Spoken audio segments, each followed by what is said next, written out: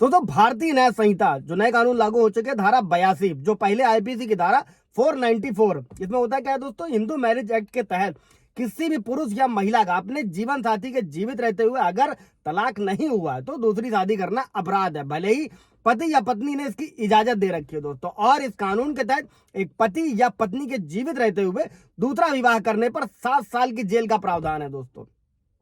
अभी दोस्तों Delhi high court ने एक मामले में जिसमें सुनवाई कर रहा था, पत्नी की ओर से पति के दूसरी महिला के साथ रहने की शिकायत खारिज कर दी गई थी दोस्तों। और साथ ही कोर्ट ने यह कहा था कि पति के दूसरी महिला के साथ रहने को गलत नहीं माना है दोस्तों। आमतौर पर किसी भी शादी में तनाव होने पर दोस्तों पत्नी या पति का किसी दूसरे साथी के साथ रहना कानून के मुताबिक सही नहीं माना जाता है, लेकिन इसी तरह के एक केस में दिल्ली हाई कोर्ट ने पति को सही ठहराया और इसे पत्नी के खिलाफ क्रूरता भी माना है दोस्तों। दरअसल मामला क्या था, मामले को भी समझिएगा दोस्तों। दिल्ली हाईकोर्ट में एक महिला ने अपने पति के खिलाफ केस किया था और केस कर आरोप लगाया था कि उसका पति किसी दूसरी महिला के साथ रहता है और पति ने यह आरोप लगाया कि पत्नी ने उसके साथ क्रूरता करी है और अपने भाई और रिश्तेदारों से उनकी पिटाई भी करवाई है, जो झूठे केसेस में होता है। पति और ससुराल वालों को धमकियां मिलना ये बहुत आम बात है दोस्तों।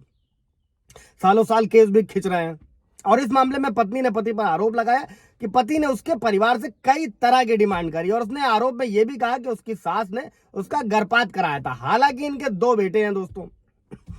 अभी इंपॉर्टेंट ये है दोस्तों कि कोर्ट ने यह फैसला क्यों सुनाया। दोस्तों केस की सुनवाई के दौरान ये सारे तथ्य सामने आए जो मैं हर वीडियो में आप लोगों को बताता रहता हूं कि अगर आप लोगों को साबित करना है तो आपको सबूत देने होते हैं। और इसमें यह सामने आया कि दोनों कई साल से अलग रह रहे हैं दोस्तों। इस पर सुप्रीम कोर्ट का भी जजमेंट, अगर आप प्रूफ कर पाते हैं कि दोनों अलग अलग रह रहे हैं तो इसमें मेंटेनेंस भी नहीं देना होता है दोस्तों। और इसी दौरान पति किसी दूसरी महिला के साथ रहने लगा। ऐसे में दिल्ली हाईकोर्ट ने यह फैसला सुनाया कि अगर कोई जोड़ा लंबे समय तक एक दूसरे के साथ नहीं रहता है और उन दोनों के लिए फिर दोबारा मिलने की कोई संभावना नहीं है, इन हालात के बीच में पति को किसी अन्य महिला के साथ अगर सुकून और शांति के साथ रहने लगा है तो इसे क्रूरता नहीं कहा जा सकता है। और साथ ही इस मामले में यह भी कहा कि पति संबंधित महिला और उसके बच्चों को भुगतान देगा, मतलब पत्नी के लिए भी एक अच्छा जजमेंट दिया दोस्तों। और कोर्ट ने महिला को ही क्रूर माना और साथ ही कोर्ट ने यह भी कहा कि भले ही पत्नी ने दावा किया था कि उसे दहेज के लिए उत्पीड़न और क्रूरता का शिकार होना पड़ा, लेकिन वो अपने दावे को साबित नहीं कर पाई कोर्ट में। जो मैं आप लोगों को अभी पिछले बताया था कि पति को भी साबित करना होता,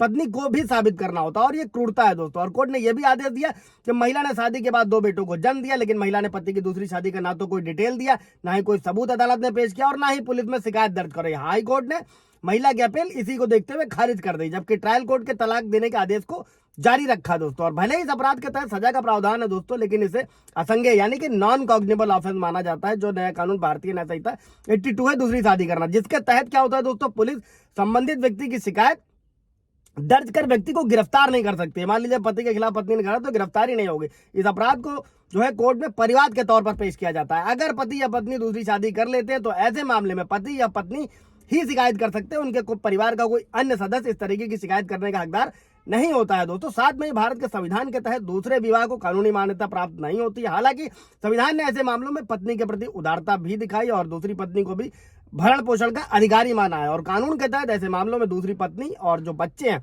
उनको भी मेंटेनेंस यानी कि भरण पोषण का अधिकार है और अपने पिता की संपत्ति में भी अधिकार रखते हैं दोस्तों। ये सारा जजमेंट था दोस्तों, ये सारी बातें कोर्ट में कही गई थी। आप लोगों का अगर इससे रिलेटेड कोई सवाल जवाब होगा तो कमेंट में पूछ लीजिएगा, क्लियर कर दिया। और जल्द ही आप लोगों को कॉन्टैक्ट नंबर भी अवेलेबल होगा, वहां पर आप अपॉइंटमेंट बुक करके अपनी सलाह जो भी आपकी क्वेरी है वो आप पूछ सकते हैं दोस्तों। Thank you.